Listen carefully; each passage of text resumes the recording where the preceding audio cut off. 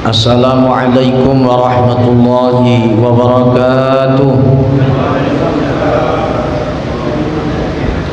Bismillahirrahmanirrahim. Alhamdulillahi rabbil alamin wa bihi nasta'inu ala umuri dunya waddin.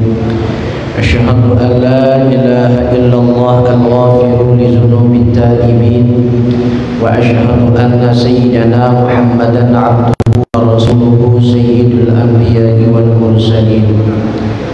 Allahumma shalli wa sallim wa barik ala sayyidina Muhammadin fil awwalin wal akhirin wa ala alihi wa ashabihi wa zurriyyatihi wa azwajihi ila yaumiddin, amma ba'd. Faqad qala Allah subhanahu wa ta'ala fi kitabihil mubin wa huwa asdaqul qailin wa man a'rada an zikri fa innahu ma'isyatan danka wallahu a'lam bimuradih. Hadirin jamaah salat fardu subuh yang dimuliakan oleh Allah subhanahu wa ta'ala, tentunya yang saya muliakan segenap orang tua, umumnya jamaah salat subuh yang dimuliakan oleh Allah subhanahu wa ta'ala. Alhamdulillah, puji syukur kita haturkan kepada Allah subhanahu wa ta'ala, di mana kita pada subuh yang berbahagia ini dapat berkumpul pada tempat yang mulia ini, pada tempat yang penuh berkah ini. Mudah-mudahan dengan berkat kita berkumpul pada tempat yang penuh berkah, yang penuh mulia ini, Allah subhanahu wa ta'ala kumpulkan kita pula pada tempat yang baik kelak di yaumil mahsyar nanti. Amin ya Allah ya rabbal alamin. Berikutnya salawat dan salam kita haturkan buat Rasulullah Ka'alam, yakni junjungan kita Nabi besar Muhammad sallallahu alaihi wasallam. Dengan bersama-sama kita mengucapkan kalimat Allahumma sholli ala sayyidina Muhammad wa ala ali sayyidina Muhammad. Mudah-mudahan dengan kita bersolawat kepada beliau, kita mendapatkan syafaat beliau di yaumil mahsyar nanti. Amin ya Allah ya rabbal alamin. Hadirin jamaah salat fardu subuh yang dimuliakan oleh Allah subhanahu wa ta'ala, tidak terasa sudah bulan Ramadan kini masuk pada 10 pertengahan daripada bulan Ramadan. Maka berakhirlah sudah 10 pertama daripada bulan suci Ramadan, di mana kemuliaan dan kehebatan di dalam bulan Ramadan itu, hari dan malam pada 10 pertama mulai tanggal 1 sampai tanggal 10 itu ada nama yang tertentu, dan juga mulai tanggal 11 sampai tanggal ke-20 pun ada namanya. Begitu juga dengan tanggal 21 sampai tanggal 30. Nah hadirin yang dimuliakan oleh Allah subhanahu wa ta'ala, di mana mulai tanggal 1 sampai 10 pertama daripada bulan Ramadan itu disebut dengan malam rahmat, dan siangnya juga adalah siang rahmat. Kini pergilah sudah 10 pertama daripada bulan Ramadan, di mana Allah Ta'ala menebarkan rahmat terhadap hambanya. Di dalam kitab risalah amaliyah Ahlus Sunnah wal Jamaah, Ahlus Sunnah wal Jamaah itu Al-Asy'ariyah Al-Maturidiyah. Definisinya itu, yang pertama berpegang kepada Al-Quran, yang kedua berpegang kepada Al-Hadis, yang ketiga ijma' ulama, dan yang keempat Al-Qiyas. Inilah yang disebut dengan Ahlus Sunnah wal Jamaah. Tapi di saat sekarang ini berbagai macam muncul, di mana ilmu itu belum ada setinggi pohon jagung, tapi seakan-akan banyak di antara kita ini hendak menjadi mujtahid, hendak menjadi alimil ulama, tidak mau lagi ikut dengan para ulama. Siapa kita ini? Bukan kelas Imam Syafi'i, bukan kelas Al-Imam Abu Hanifah, menganggap bahwa diri kita sudah pandai membaca Al-Quran, pandai membaca Al-Hadis, itu pun terjemahan menganggap sudah diri adalah paling hebat, paling alim, merasa syurga sudah milik sendiri. Nah hadirin yang dimuliakan oleh Allah Subhanahu wa ta'ala, Ahlus Sunnah wal Jamaah itu di mana diajarkan di dunia-dunia pesantren, diajarkan di dunia-dunia pondok klasik, yang tentu di Indonesia ini adalah mayoritasnya mazhab Imam Syafi'i, itu menimba ilmu tidak semudah membalik telapak tangan. Ibarat pepatah mengatakan anak megang balon langsung tus meledus, tidak tinggal bim salabim abrakadabra lalu kita jadi ulama. Tapi dengan kenyataan kemajuan zaman, ilmu sudah bercecer di mana-mana, melewat pada tempat yang tidak layak pun kadang-kadang ilmu itu bisa kita dapatkan. Maka orang di zaman dahulu kala itu, kalau kita lihat perjalanan orang tua, yang hafal Quran itu sedikit, yang paham kitab kuning itu sedikit, dan mereka keberkahannya sampai menjadi level wali Allah Subhanahu wa ta'ala. Tapi lihatlah di zaman sekarang, anak yang usianya 4 tahun sudah hafal Quran, anak yang usianya dini sudah pandai membaca kitab kuning, tapi nilai keberkahannya itu kurang. Nah hadirin yang dimuliakan oleh Allah Subhanahu wa ta'ala, maka di samping kita memajukan ikut zaman dengan keadaan sekarang, tapi benteng Ahlus Sunnah wal Jamaah tetap kita jaga di dalam hati. Kiblat Ahlus Sunnah wal Jamaah fikihnya berpegang kepada Al-Imam Ar-Rafi'i dan Al-Imam Ar-Rafi'i dan Imam Nawawi, dan ilmu tasawufnya berpegang kepada Imam Junaid Al-Baghdadi, dan kemudian ilmu tauhidnya berpegang kepada Al-Imam Asy'ari dan Al-Imam Mansur Al-Maturidi. Ini yang perlu kita jaga, benteng kepada anak-anak kita. Ini yang kita jaga, benteng kepada keluarga-keluarga kita. Bila mana kita tidak membentengi ini, maka pemahaman-pemahaman yang sifatnya instan, yang merasa sudah pandai membaca Al-Quran dan dia tidak tahu seluk-beluk daripada makna Al-Quran, mana asbabun nuzulnya, mana ayat nasakh dan mansukh, bila mana sudah tidak ada benteng Ahlus Sunnah wal Jamaah, merasa dirinya yang paling sunnah, merasa dirinya yang paling alim, ini yang kita khawatirkan. Nah hadirin yang dimuliakan oleh Allah Ta'ala, di mana di dalam kitab Ahlus Sunnah wal Jamaah, yakni adalah kitab risalah amaliyah, doa pada malam yang pertama dan hari yang pertama daripada bulan Ramadan, doanya adalah Allahumma arhamni birahmatika ya arhamar rahimin. Jadi 10 pertama mulai tanggal 1 sampai tanggal 10 itu disebut dengan malam rahmat dan siang rahmat. Mulai pada tanggal 11 sampai malam ke-20 itu disebut dengan malam maghfirahnya Allah Subhanahu wa ta'ala. Mulai malam yang ke-31 sampai mulai malam 21 sampai malam yang ke-30 itu disebut dengan malam itqum minan nar. Allah Subhanahu wa ta'ala membebaskan hambanya daripada api neraka. Nah hadirin yang dimuliakan oleh Allah Subhanahu wa ta'ala, begitu hebat dan begitu mulianya yang ada di dalam bulan suci Ramadan.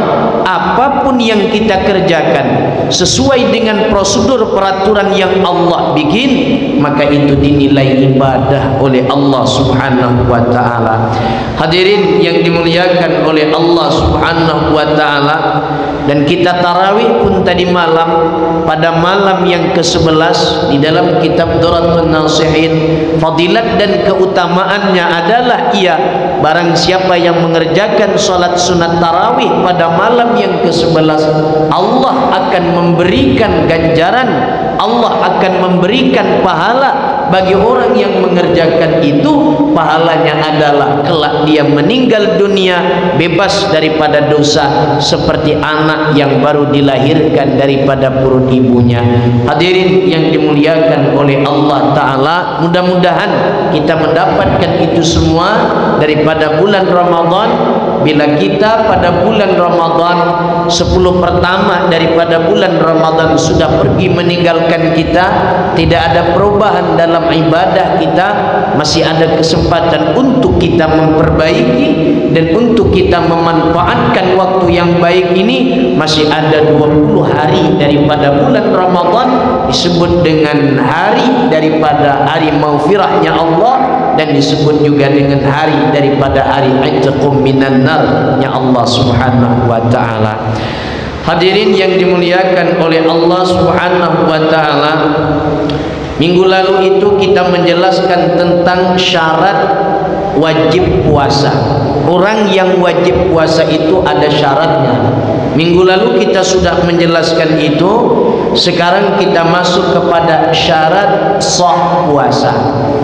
Syarat sah puasa itu ada 4. Yang pertama Islam, yang kedua tamyiz, dan yang ketiga suci daripada haid dan nifas, maknanya junub, dan yang keempat itu waktu tersebut dibenarkan berpuasa padanya, artinya sudah masuk waktu berpuasa padanya. Inilah syarat puasa, 4 hal. Yang pertama Islam, yang kedua tamyiz, dan yang ketiga suci daripada haid dan nifas, yakni adalah orang yang sedang junub. Dalam kategori orang yang haid dan nifas, maka bila mana belum suci daripada itu, maka dia tidak sah untuk mengerjakan puasa. Dan yang keempat, waktunya itu masuk sudah pada waktu kita diwajibkan untuk berpuasa. Nah, hadirin yang dimuliakan oleh Allah Subhanahu wa taala, di mana ada waktu kita diharamkan berpuasa dan kita berpuasa itu tidak sah dan hukumnya tidak mendapatkan pahala dari Allah. Bukan mendapatkan pahala, tapi malah tidak mendapatkan pahala. Ada waktu-waktu diharamkan oleh Allah untuk kita berpuasa. Yang pertama, puasa di 2 hari raya Idul Fitri dan Idul Adha. Orang hari raya Idul Fitri paginya ngentam ketupat, dia puasa. Nah, orang pagi hari raya sibuk mau berangkat ke masjid, kan sunnah di dalam kitab-kitab klasik itu menyatakan minum dulu sebelum kita berangkat ke masjid. Maka kita disunatkan untuk berbuka dulu di pagi lebaran itu, dia bantai puasa. Puasanya itu bukan mendapatkan pahala, puasanya itu tidak dihukumi sah, dan itu hukumnya mendapatkan dosa. Puasanya tidak dinilai ibadah oleh Allah Ta'ala. Itulah kitab suci Al-Quran Allah Ta'ala turunkan memang sesuai dengan fitrah keadaan manusia, dan memang manusia ini adalah ada fitrah-fitrah yang memang dijalankan. Yang tahu betul tentang fitrah kita ini adalah yang membikin kita, yakni adalah Allah Subhanahu wa Ta'ala. Jadi agama Islam tidak se ekstrim apa yang kita bayangkan. Bulan suci Ramadan saja puasa full mendapatkan pahala, apalagi aku bantai sampai bulan Syawal. Oh, tidak begitu, ada aturannya juga. Hadirin yang dimuliakan oleh Allah Subhanahu wa Ta'ala. Jadi pertama, puasa yang diharamkan itu puasa pada 2 hari raya, yakni adalah hari raya Idul Adha dan hari raya Idul Fitri. Dan yang kedua, hari tasyrik, di mana hari tasyrik itu terjadinya pada bulan Zulhijjah, mulai tanggal 13, 14 dan 15 itu disebut dengan hari-hari tasyrik. Selagi belum habis hari tasyrik, bila kita melakukan puasa pada hari-hari tersebut daripada bulan Zulhijjah, maka itu hukumnya kita tidak mendapatkan pahala, dan puasanya kita pada hari-hari tersebut itu dihitung haram oleh para ulama dan tidak mendapatkan ganjaran dari Allah Ta'ala. Dan kemudian yang ketiga, puasa yang diharamkan itu adalah pada yaumus syak, di hari-hari yang ragu. Hari yang ragu itu tidak dibolehkan bagi kita itu untuk berpuasa, di mana hari yang ragu itu seperti ragunya sempurna bulan Sya'ban 30 hari. Lalu satu pendapat mengatakan ini tanggal ini masuk lebaran, satu pendapat lagi mengatakan ini masuk apa? Masuk bulan Ramadan. Satu pendapat mengatakan tanggal ini masuk Ramadan. Dan itu tidak sesuai dengan hasil ijtihad, dan itu tidak sesuai dengan hasil di mana menurut pandangan ahli hisab, dan tidak juga menurut pandangan ahli ru'yat. Nah, contoh kemarin kan di Indonesia ini ada dua versi puasanya. Yang sering kita sebut dari kawan kita Muhammadiyah, puasanya itu hari Sabtu. Umum di mana masyarakat mengikut aturan-aturan pemerintah, di mana puasa itu adalah pada hari Minggu. Apakah pada hari Sabtu salah? Apakah orang yang puasa pada hari Ahad juga salah? Puasa pada hari Ahad adalah di mana para pemerintah dan banyak jumhur mereka itu bukan dianggap sepele. Ada ulamanya juga di dalamnya, ada ulama-ulamanya juga, di mana mereka itu menggunakan tim hisab dan juga tim ru'yat, di mana berpendapat mereka itu selagi bulan belum sampai beberapa derajat maka puasa belum dijatuhkan menurut hilal, menurut hitungan ru'yat dan menurut hitungan hisab. Muhammadiyah mereka ini adalah berpuasanya pada hari Sabtu, dan hasil daripada ijtihad mereka menurut ahli hisab mereka, dan kebetulan pendiri daripada Muhammadiyah Kiai Haji Ahmad Zaini Dahlan itu adalah ahli sekali di bidang hisab, adalah di bidang ilmu falak. Menurut keterangan mereka penerus-penerus daripada generasi Kiai Haji Ahmad Zaini Dahlan dari Muhammadiyah ini, dan banyak juga tokoh-tokoh di dalam mereka itu yang ahli hisab, menyatakan bahwa hari Sabtu sudah dinyatakan wajib berpuasa dan hilalnya sudah dinyatakan nampak menurut hitungan hisab mereka. Kan ini ijtihad. Di dalam kaidah usul fiqh dinyatakan berijtihad itu benar diberi pahala 2 oleh Allah, dan bila mana salah tidak mendapatkan dosa. Lalu kita puasa hari Sabtu sah, kita puasa juga hari Ahad juga sah. Yang tidak sah itu mana? Di hari syaknya, yakni di hari Jumatnya itu yang tidak sah. Nah hadirin yang dimuliakan oleh Allah Ta'ala, jadi ada hari-hari yang diharamkan bagi kita tidak berpuasa, di mana tidak boleh kita melakukan puasa. Yang pertama di 2 hari raya, dan yang kedua pada hari tasyrik, dan yang ketiga adalah di hari yaumus syak.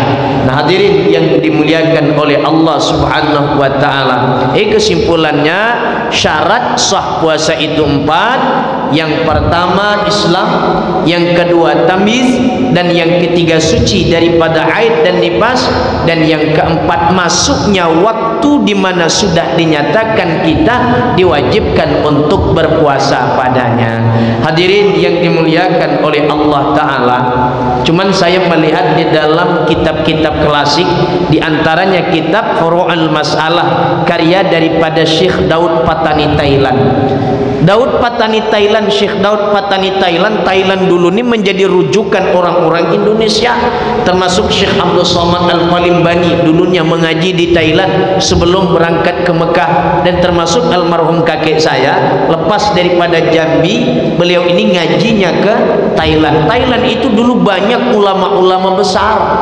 Di dalam kitab Furu'ul Mas'alah yang disebut dengan anak yang tamyiz, yang dinyatakanlah dia ini usianya 4 tahun, usia di sangat dini, di mana mereka ini pandai cebok sendiri, makan sendiri, masuk pakaian sendiri. Kalau duit itu sudah tak usah dihitung lagi, sudah dapat kali membedakan mana duit 1.000, mana duit 50.000. Mereka ini ibadah, mereka ini puasa.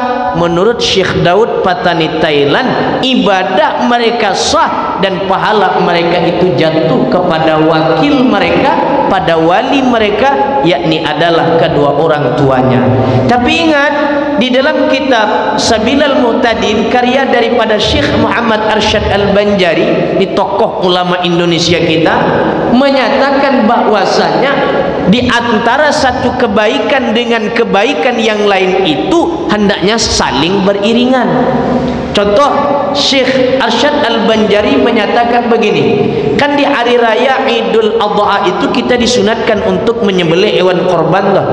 Setelah kita menyembelih hewan korban, habis kita menyembelih hewan korban, minum khamar, main judi, segala macam, apakah menjadi pahala bagi kita korban itu?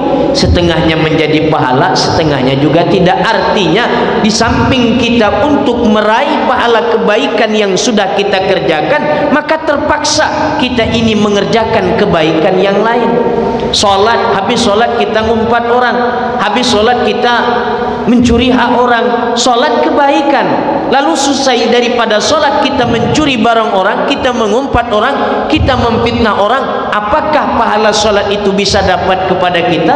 Menurut pendapat Syekh Muhammad Arsyad Banjari, setengah daripada itu bisa dapat dan setengah daripada itu tidak. Yang intinya di mana kita mengerjakan kebaikan itu, di satu kebaikan yang lain kita juga hendak mengerjakan kebaikan yang lain. Jadi antara satu kebaikan dengan kebaikan yang lain itu hendaknya saling berimbang. Wala talbisul haqqa bil batili wa taktumul haqqa wa antum ta'lamun. Inna salata tatanha 'anil fahsya'i wal munkar. Anaknya rajin datang ke masjid, Allahu akbar, Allahu akbar, bapaknya main judi. Apakah pahala si anak yang belum tamyiz sembahyang ini azan di masjid dapat pahala melimpah kepada orang tuanya? Bisa melimpah, bisa tidak, menurut Syekh Muhammad Arsyad Al-Banjari. Hadirin yang dimuliakan oleh Allah Subhanahu wa taala. Kesimpulannya itu tadi, yang mana diwajibkan syarat sah puasa kita yakni adalah 4. Sekarang kita lanjut, yang berikutnya adalah rukun puasa. Rukun puasa itu ada 2. Rukun puasa itu ada 2. Yang pertama niat. Niat pada waktu malam setiap hari daripada Ramadan, puasa nazar, qadha atau kifarat, maka wajib kita memasang niat pada puasa yang kita diwajibkan berpuasa padanya. Wajib kita memasang niat itu pada waktu malam. Mana puasa yang diwajibkan pada kita? Hari Ramadan. Kemudian puasa nazar. Puasa nazar begini, kalau anak aku lulus sekolah kuliah ini, maka aku puasa selama 7 hari. Wajib itu, karena itu namanya puasa nazar. Karena dia sudah bernazar, wajib dia berpuasa. Dan juga puasa wajib lagi adalah membayar qadha, di mana Ramadan dia ada bolong, lalu selesai Ramadan dia wajib membayar qadha puasa. Dan ada lagi yang disebut dengan puasa membayar kifarat, di mana dia tidak mampu mengerjakan nazar, lalu dia untuk memberi fakir miskin makan dia tidak ada duit, memerdekakan hamba saya karena hamba saya sudah tidak ada, wajib dia membayar kifarat berbentuk puasa. Nah, niat-niat yang diwajibkan pada kita berpuasa tersebut, itu niatnya mesti pada waktu malam. Hadirin yang dimuliakan oleh Allah Subhanahu wa taala. Cuman hadirin, di dalam kitab perukunan Melayu dan juga di dalam kitab-kitab klasik seperti Fathul Mu'in, niatnya itu ada 2 pada bulan Ramadan. Kalau niat yang pertama pada malam yang pertama saja nih, niatnya adalah nawaitu shauma syahri Ramadan kullihi. Tak usah jauh-jauh, kitabnya dalam perukunan Melayu. Khusus niat pada malam yang pertama ikut kepada Imam Malik, mazhab Imam Malik itu pakainya adalah niatnya nawaitu shauma syahri Ramadan kullihi. Malam yang kedua, ketiga sampai malam ke-30 tetap niatnya nawaitu shauma ghadin an adai fardhi syahri ramadhana hadhihi sanati lillahi ta'ala. Apa maksud pada malam yang pertama niatnya nawaitu shauma syahri ramadhana kulli, dan taklid kepada Imam Malik, ikut kepada Imam Malik atau ikut kepada Imam Abu Hanifah? kita pakai niat nawaitu sauma syahri ramadhana kullihi pada malam yang pertama daripada bulan Ramadan, untuk mengantisipasi takut malam-malam yang berikutnya kita terlupa niat. Kalau kita terlupa niat, dengan kita sudah berniat dengan bunyi niat, saja aku puasa di bulan Ramadan ini tahun seluruhnya karena Allah Subhanahu wa ta'ala. Andai kata kita terlupa niat pada malam yang pertama, pada malam yang kedua, kita tetap sah hukum kita puasa karena kita sudah memasang niat pada malam yang pertama dengan bunyi niat nawaitu sauma syahri ramadhana kullihi. Dan itu pendapat daripada Imam Malik dan Imam Abu Hanifah kalau tidak salah keterangannya di dalam kitab Fathul Mu'in dan juga ada di dalam kitab Perukunan Melayu. Hadirin yang dimuliakan oleh Allah Subhanahu wa ta'ala, malam yang ke pertama kalau kita pasang niat nawaitu sauma ghadin an adai boleh sampai ujung juga tak jadi masalah, asal kita wajib ingat kita berniat puasa. Tapi insyaallah lah di tiap-tiap masjid pasti ada imam, yuk kita berniat bersama-sama. Tak mau niat ya salah mereka lah. Hadirin yang dimuliakan oleh Allah Subhanahu wa ta'ala, sah niat puasa sunat jika dilakukan sebelum tergelincir matahari dengan syarat dia tidak melakukan sesuatu yang membatalkan puasa. Sah hukumnya kita pada puasa sunat sebelum tergelincir matahari lalu kita pasang niat puasa, tapi puasanya puasa sunat itu hukumnya sah. Contoh, kita pergi ke pasar atau kita pergi ke kantor bagi pegawai, dari rumah kita belum sarapan, kita belum ngopi, kebetulan gaji pun belum keluar lah, belum cair, dana-dana belum ada keluar, kawan-kawan pun tidak ada ngajak kita untuk ngopi ya, untuk agak kedai kopi, dan ini matahari ini sudah hampir tergelincir nih, sudah jam 12, sebentar lagi bakal masuk waktu zuhur. Dari tadi kita sudah menahan lapar, kita tidak minum sedikit pun daripada air yang kita minum, tidak ada semuanya yang kita makan, tidak ada semuanya yang kita minum. Tanggung aku niat puasa saja. Niat puasa sebelum tergelincir matahari pada puasa sunat itu hukumnya jadi. Apa bedanya niat puasa sunat dan wajib? Kalau wajib mesti pada waktu malam niatnya, kalau sunat tidak mesti pada waktu malam. Hadirin yang dimuliakan oleh Allah Ta'ala, jadi boleh kita memasang niat puasa sunat itu pada siang hari selagi belum tergelincir matahari, belum masuk waktu zuhur. Kita boleh memasang niat selagi tidak ada hal-hal yang kita lakukan sebelumnya dari hal-hal yang bisa membatalkan selayaknya orang yang berpuasa. Hadirin yang dimuliakan oleh Allah Subhanahu wa ta'ala, jika seseorang itu terlupa menghadirkan niat pada malam, pada waktu malam dan fajar subuh telah terbit, maka tidak dikira padanya hari tersebut, tetapi wajib atasnya itu imsak, melakukan perkara-perkara yang diharamkan ketika ia berpuasa. Andai kata nih kita tadi malam tidak berniat, lupa karena tidak pakai nawaitu sauma syahri tadi. Nah, penting nawaitu sauma syahri, lupa tarawih tidak habis sudah makan buka kekenyangan, akhirnya tidur depan TV, baring nonton asyik, bangun tak bangun, lewat subuh. Andai kata otomatis niat tidak dapat karena matahari sudah terbit. Bagi orang yang terlupa niat, dia tidak sah untuk melakukan puasa, tapi siangnya itu sepatutnya dia menahan diri selayaknya orang yang berpuasa. Namun di dalam kitab matan Qur'ul Mas'alah ini wajib dia menahan diri dari hal-hal yang membatalkan puasa. Hadirin yang dimuliakan oleh Allah Subhanahu wa ta'ala, jadi rukun yang pertama pada puasa yakni adalah niat. Rukun yang kedua dalam puasa itu meninggalkan perkara-perkara yang dapat membatalkan puasa. Wajib kita menjaga diri kita dari hal-hal yang dapat membatalkan puasa kita. Yang membatalkan puasa kita itu ada 11 perkara. Yang pertama, masuknya ain duniawi pada rongga-rongga anggota tubuh kita. Contoh, masuknya air pada tenggorokan, masuknya air pada telinga, masuknya air lewat dubur. Bila mana masuk ain berbau dunia pada siang Ramadan, maka itu hukumnya dapat membatalkan puasa. Masuk air nih, masuk air umpamanya, itu bisa membatalkan puasa. Terkecuali yang tidak membatalkan puasa itu adalah orang yang mandi junub di siang Ramadan masuk air di telinganya. Coba lihat keterangannya dalam Fathul Mu'in, itu hukumnya tidak membatalkan puasa. Hadirin yang dimuliakan oleh Allah Ta'ala. Dan juga termasuk yang tidak membatalkan puasa ini, andai kata nih kita wali, kita seorang ulama, ada hidangan dari surga lalu kita makan, dan itu tidak membatalkan puasa.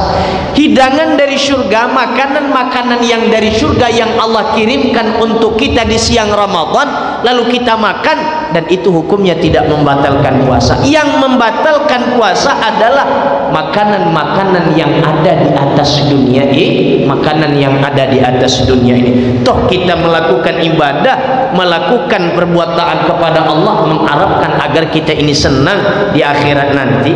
Hadirin yang dimuliakan oleh Allah Ta'ala, jadi yang pertama membatalkan puasa itu masuknya sesuatu ain, zat yang ada di dunia ini pada anggota-anggota tubuh kita, dan itu hukumnya membatalkan puasa. Cuman begini, ada dua pandangan sisi yang berbeda mengenai suntik. Nah, umpamanya kalau kita di siang Ramadan nih, di siang Ramadan itu di dalam kitab-kitab fikih menyatakan batal, tidak dalam kitab bersuntik. Ada pendapat yang mengatakan tidak batal ketika kita bersuntik. Kenapa demikian? Karena dia itu tidak lewat rongga-rongga yang khusus pada anggota tubuh kita. Di sini Syekh Daud Patani Thailand menyebutkan dari mazhab Imam Syafi'i, kaulnya kaul jadid, andai kita berpuasa lalu kita dalam keadaan bersuntik, maka hukum puasa kita sah, namun seiringan dengan itu hukumnya adalah makruh. Hadirin yang dimuliakan oleh Allah Ta'ala. Yang kedua, yang membatalkan puasa itu persetubuhan, yakni memasukkan seluruh asyafah kepalanya, kemaluan di dalam lubang kemaluan, yakni adalah faraj atau selain daripada faraj kemaluan manusia, binatang dengan sengaja. Kalau kita di siang Ramadan nih, kita sedang berpuasa, melakukan hal yang mana selayak orang yang sudah berumah tangga melakukan hal itu, dan akhirnya masuklah asyafah ke dalam kemaluan, maka itu membatalkan puasa. Keluar dan tidak keluar sperma, itu wajib sudah membatalkan puasa. Selain daripada manusia, binatang contohnya kambing, kucing, ayam, bulan Ramadan lah tak tahan lagi melihat ini lawa, melihat kambing pun jadi lawa, akhirnya dibantai dia dengan sengaja-ngaja, itu hukumnya bisa membatalkan puasa. Hadirin yang dimuliakan oleh Allah Ta'ala, jadi kesimpulannya rukun puasa itu ada dua. Yang pertama niat, yang kedua adalah ia menahan diri daripada hal-hal yang dapat membatalkan puasa. Yang dapat membatalkan puasa itu ada 11, dua baru sudah kita bahas. Yang pertama adalah masuknya ain-ain di dalam anggota tubuh kita melalui rongga-rongga dan juga lubang-lubang yang ada pada diri kita, dan juga yang kedua adalah melalui persetubuhan, itu bisa membatalkan puasa. Bagaimana kalau air kita mandi pedih, itu hukumnya tidak membatalkan puasa. Mudah-mudahan pada subuh yang mulia ini kita mendapatkan keberkahan pengajian kita di mana pada bulan Ramadan ini niatkan kita bahwa kita mengharapkan keridhaan Allah dengan cara melalui duduk di majelis ilmu, di mana Nabi kita sallallahu alaihi wasallam menyatakan dalam satu buah riwayat, hadis ini kedudukannya dhaif, cuman walaupun dhaif boleh dijadikan fadhailul amal, motivasi pada diri kita, di mana Nabi kita sallallahu alaihi wasallam menyatakan di akhir zaman bakal datang daripada kelompok umatku itu menganggap sesuatu itu adalah bukan wajib padahal itu wajib. Wa ma hiya Rasulullah, apakah itu Rasulullah? Yang mana umatmu itu menganggap perkara itu tidak wajib padahal ia wajib, yakni adalah duduk di majelis ilmu, dan yang kedua zakat. Banyak orang di hari ini melupakan duduk di majelis ilmu, padahal duduk di majelis ilmu itu sendiri hukumnya adalah wajib, fardhah ala kulli muslimin wa muslimatin, sangat diwajibkan bagi muslim laki-laki, muslim perempuan untuk menuntut ilmu. Yang kedua zakat. Banyak sekali orang di hari ini hasilnya sudah berlimpah, begitu banyak hartanya, tapi dia lupa untuk mengeluarkan zakat mal. Dia anggap ini adalah hasil jerih payahnya, hasil dari karirnya, hasil dari kerja kerasnya, sehingga enggan dia untuk mengeluarkan zakat. Padahal itu wajib, dia anggap perkara itu tidak wajib. Mudah-mudahan kita duduk di majelis ilmu pada subuh yang berbahagia ini, duduknya kita hendaknya sebagaimana yang dikatakan oleh Nabi, duduknya kita di raudhah min riyadil jannah. Amin, Allahumma amin. Mudah-mudahan keluarga kita dan kita semua, guru-guru kita, Allah Ta'ala ampuni dosa-dosa mereka, dan juga mudah-mudahan kita mendapatkan keberkahan dari bulan Ramadan ini, dan juga mudah-mudahan dengan berkat kita duduk di rumah Allah sambil menunggu terbitnya matahari dan kita mengaji kitab-kitabnya para ulama, mendengarkan nasihat dari Rasulullah, dan kita menegakkan kalimat Allah menjadi sebab bagi anak cucu kita menjadi anak cucu keturunan yang saleh dan salihah dengan kemuliaan Al-Fatihah. A'udzubillahi minasyaitonir rajim. Bismillahirrahmanirrahim. Alhamdulillahirabbil alamin, arrahmanir rahim, maliki yaumiddin. Iyyaka na'budu wa iyyaka nasta'in. Ihdinas siratal mustaqim, siratal ladzina an'amta 'alaihim ghairil maghdubi 'alaihim waladdallin. Amin ya Allah, amin ya Rahman, amin ya Rahim, amin ya mujibas sa'ilin. Alhamdulillahi rabbil alamin, hamdan syakirin, hamdan hamidin, hamdan na'imin, hamdan yukafi'u mazidah. Allahumma ighfir lana dhunubana ya rabbal alamin. Ilahana qad sa'iluna bibabik wa dal fuqara bi janabik, waqafat safinatul masakin ila sahil bahri karamik, yarjuna jawaza ila sahati rahmati wa ni'matik. Ilahana rabi'a as-saimun wa fazal qaimun, wa fazal qaimun, wa fazal qaimun, wa najal mukhlisun, wa nahnu abiduka muznimun. Farhamna birahmatika ya arhamar rahimin, wajud alaina bifadlika wa minnatik, waghfir lana ajma'in. Subhana rabbika rabbil izzati amma yasifun, wa salamun alal mursalin, walhamdulillahi rabbil alamin. Taqabbalallah minkum. Ampun maaf, minta alal minta ridha. Akhir kata dari saya, assalamualaikum warahmatullahi wabarakatuh.